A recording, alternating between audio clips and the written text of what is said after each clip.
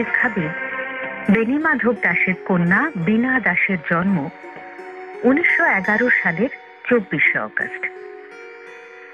ব্রাহ্ম ভাবাদর্শে বিশ্বাসী দেশপ্রেমিক পিতামাতার কন্যা বীণা ডায়োসেশন স্কুল ও বেথুন কলেজ থেকে শিক্ষালাভ করেন। সাইমন কমিশনের বিরুদ্ধে বিক্ষোভ প্রদর্শনে অংশ নেন বীণা।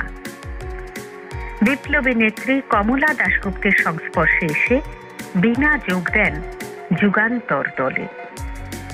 বীণা ও কমলা দাশগুপ্তের উপর দায়িত্ব পড়ে কলকাতা বিশ্ববিদ্যালয়ের সমাবর্তনের সময় বাংলার বড়লাট স্ট্যানলি জ্যাকসনকে হত্যা করার। বীণা দাশ গুলি ছোঁড়েন, কিন্তু গুলি লক্ষ্যভ্রষ্ট হয়। বীণা পুলিশের হাতে ধরা পড়েন। বিচারে 9 বছর কারাদণ্ড হয় তার।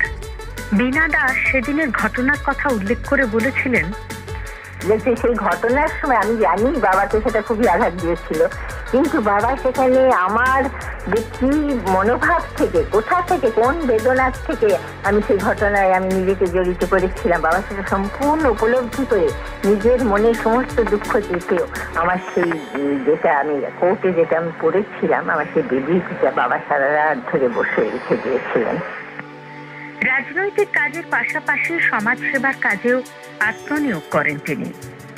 বিবাহ হয় যুগান্তর দলের সক্রিয় সদস্য সতীশচন্দ্র ভৌমিকের সঙ্গে।